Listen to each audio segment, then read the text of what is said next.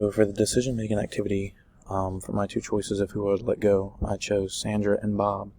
The reason I chose Sandra is due solely to her poor work performance given the amount she makes.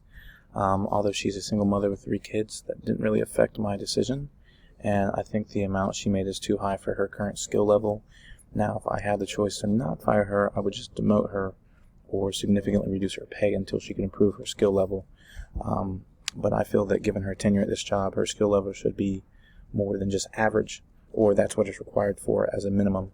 And then my reason for choosing Bob would be that he is 55, so we can assume that he will only be with the company for 10 years, and given his age, I don't see a huge potential for the company to invest in him, given his age and how little tenure he has with the company. Not to mention his kids are already grown, so I wouldn't feel as bad letting him go. And I feel that Bob was a better choice than Amy due to the fact that Amy is only 44 years old and has more years that she'd be willing to work for the company.